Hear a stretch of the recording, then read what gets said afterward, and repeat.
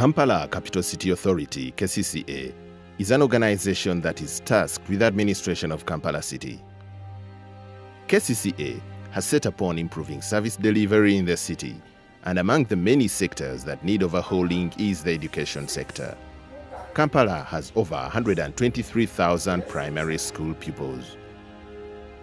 Half of these are in 400 private schools. The other half are in KCCA schools. These are just 81. This is a result of Universal Primary Education UPE, a program set up by the government to provide free education at primary level.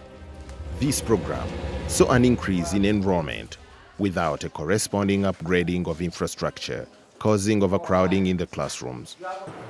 The issue is even further compounded by the fact that because of the relatively good standard of education in Kampala, you get an influx of children who are coming in from outside the area of jurisdiction.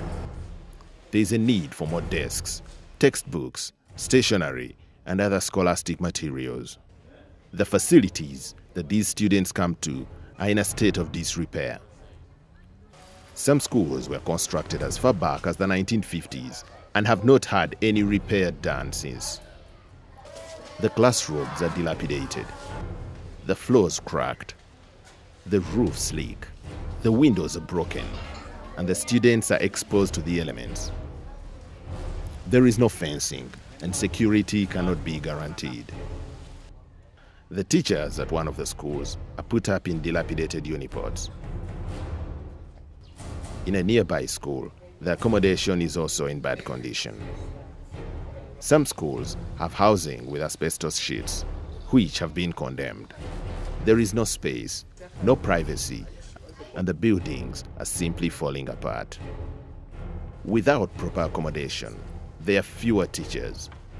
If you are looking at improving the quality of education in any system, education system, you need to ensure that you take charge, you take care of the welfare of our teachers. You'll find that we did not have very good accommodation for our teachers. But as you know, we are having teachers coming from all over the country, and they can only be accommodated within, if they are going to meet the needs of being able to start school at the right time and also be able to make an input during the time when they're in school. Daphne, a 9-year-old, walks 1 hour to school every morning. She will go without a school meal or drinking water until 5 p.m. Like many others at this school, she cannot afford to buy anything from the school canteen. The school doesn't give us food, and sometimes we be hungry. As you can see, most of the children are playing, they are not going anywhere to eat. Feeding is one of the reasons why there is poor performance. KCCA has provided dustbins to the schools as part of a bigger campaign to improve sanitation. But there is still a need for running water to facilitate proper hygiene in the toilets. We have a pit latrine with 4 stances, 2 doors, one for girls, one for boys. Then a waterborne toilet. This one is blocked completely, and most of the time we suffer. The latrines are falling apart. There is no toilet paper, soap, or sanitary towels for the girls. Some toilets even have no roofs. Across the city, at the police children's school, there is even a bigger problem. Their only source of water is a spring well, from which the children fill their drinking bottles. The water has not been tested to find if it's safe to drink. There are no clinics at the schools. No provisions are made for extracurricular activities. There are no computer labs and no sports equipment. The problems may vary from school to school. What is common, though, is that nearly all of them are based on lack of funds to either repair or expand their infrastructure. This same situation is replicated in KCCA health centers. At all the 9 facilities under KCCA, patients wait over 5 hours in long queues to see the doctor.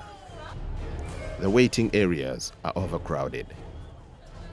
Some patients wait in the compounds, which are now extensions of the overcrowded waiting areas. Some are standing. There aren't enough seats, and the ones in use are also worn out.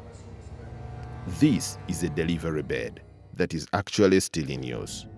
There are no stretchers or wheelchairs.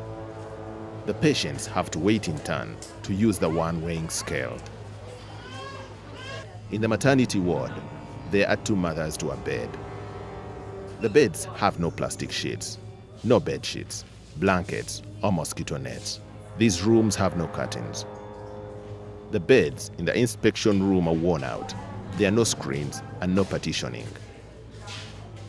Some health centers have no delivery wards at all. Pascal has only 2 weeks left to full term, but she has no idea where she will deliver from. We expect to deliver from here, but we don't have the delivering place. We could expect the government to help us to build for us the room for delivery. There's a likelihood that these mothers end up giving birth at home, of course, which is a risk to the mother and the child. The staff on duty cram into a small office. 2 broken beds in the corridor are used as their rest area. There is broken or rusted furniture and tools everywhere. They have no scrubs or emergency kits. The drugs they dispense are only for the most basic ailments, and even then, there aren't enough of them. There are no incinerators, and medical waste is disposed of in the toilets. Paint on the walls is peeling, and when it rains, the roofs leak, bringing work to a complete halt. The electric wiring is bare and needs to be overhauled. There's no generator or solar panels for the standby supply of electricity. These centers have no ambulances. There's a need for X-ray and ultrasound machines. There are no dental facilities. For now, the staff in these hospitals struggle just to deal with simple malaria blood samples. Currently, we even have no BP machines, a simple equipment which should be in the hospital. We are just there suffering. All we had already worn out and all. The facilities are in dire need of repair and refurbishing, but every day, more and more patients come to the health facilities and the students come to the schools. As part of the larger transformation taking place in Kampala City, KCCA is making efforts to rectify these problems. As an authority, we cannot do this on our own, and we think that we can interest also development partners to be able to access funds. KCCA is approaching funding agencies, corporations, faith-based organizations, the communities, and parents to make donations to raise the funds necessary to reconstruct the schools and medical centers. Pascal, Daphne, and a whole generation of students and patients are counting on it.